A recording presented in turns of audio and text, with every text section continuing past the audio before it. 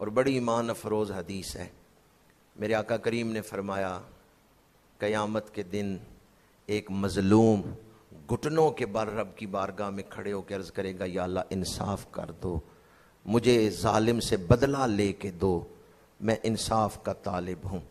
اچھا، یہ قیامت کے دن عرض کرے گا، تو میں نے جو موضوع آج آپ کے سامنے چھیڑا کہ اللہ تعالیٰ کیوں نہیں فوراً گرفت کرتا، تو ہمارا تو ایمان ہے اللہ نے ایک دن رکھا ہے جس دن وہ عدل کا اظہار فرمائے گا۔ اللہ نے انصاف کے لیے ایک دن مقرر کیا ہے، اس دن انصاف ہوگا، ہر ظالم کیفر کردار تک پہنچے گا، ہر مظلوم کو اس کا حق دیا جائے گا۔ مالکی یوم الدین، مالکی یوم الدین۔ تو جب آپ کا یہ ایمان پختہ ہے کہ اللہ نے عدل کا ایک دن مقرر کیا ہے، تو پھر ظالموں کا ظلم دیکھ کے آپ گھبرا کیوں گئے کہ جی اللہ کیوں نہیں گرفت کرتا، اللہ کیوں نہیں ان پر عذاب نازل کرتا؟ اللہ کے بڑے راز ہیں، حکمتیں ہیں۔ اللہ نے دن مقرر کیا ہے، اس دن وہ ہر ظالم کو کیفر کردار تک پہنچا دے گا، ہر مظلوم کو اس کا حق دلا دے گا۔ تو حدیث پاک جو میں عرض کر رہا ہوں، اس میں ایک مسلمان نے دوسرے مسلمان پہ ظلم کیا ہے۔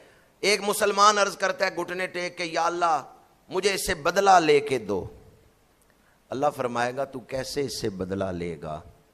اس کے پاس تو کوئی نیکی نہیں جو تجھے دے دے، کیونکہ اس نے دنیا میں بڑے ظلم کیے تھے، اس کی نیکیاں دوسرے لوگ لے گئے ہیں، اب اس ظالم کے پاس کوئی نیکی نہیں رہ گئی، تو کیسے اس سے بدلہ لے گا؟ گناہ وہ جو مظلوم ہے وہ عرض کرے گا، یا اللہ میرے گناہ اس پر ڈال دے۔ جب یہ حضور نے فرمایا نا، تو میرے آقا کریم کی آنکھوں سے آنسوؤں کی برسات لگ گئی۔ حضرت فاروق اعظم بیٹھے ہوئے تھے، حاضر خدمت تھے۔ میرے آقا کریم نے فرمایا، اے عمر، انا ذاک الیوم عظیم یحتاج الناس ان یحمل عنہم من اوزارہم۔ فرمایا عمر وہ دن بڑا سخت دن ہوگا، ان ذاک الیوم عظیم، وہ بڑا سخت دن ہوگا۔ اس دن ہر بندہ چاہے گا میرا بوجھ دوسرے پہ ڈال دیا جائے۔ فرمایا اس دن ہر کوئی چاہے گا میرا بوجھ دوسرے پہ ڈال دیا جائے۔ یہ مظلوم بھی کہے گا، یا اللہ اس کے پاس دینے کو نیکیاں کوئی نہیں، میرے گناہ اس پر ڈال دو۔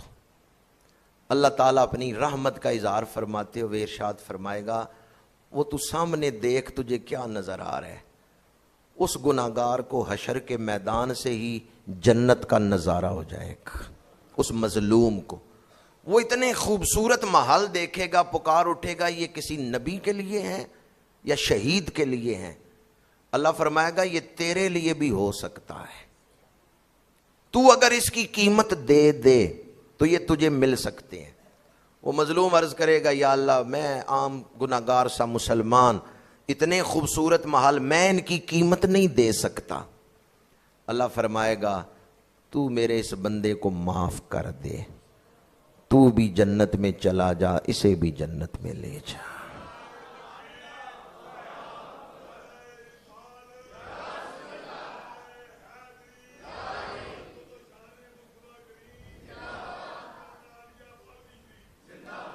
اللہ بڑی رحمتوں والا ہے۔ بعض لوگ حدیث کو الٹ سمجھ لیتے ہیں، اس حدیث کو سامنے رکھتے ہوئے اب کوئی یہ نہ کہ بھی چلو ظلم بھی خیر ہی ہے۔ بعض اوقات بندہ ایسا ظلم کرتا ہے کہ ایمان ہی برباد ہو جاتا ہے۔ اس حدیث میں دونوں کا جو ذکر ہے وہ مومن ہی تھے، دنیا سے ایمان لے کے گئے تھے، اس لیے قیامت کے دن وہ اللہ کی اس رحمت کے حقدار بن گئے۔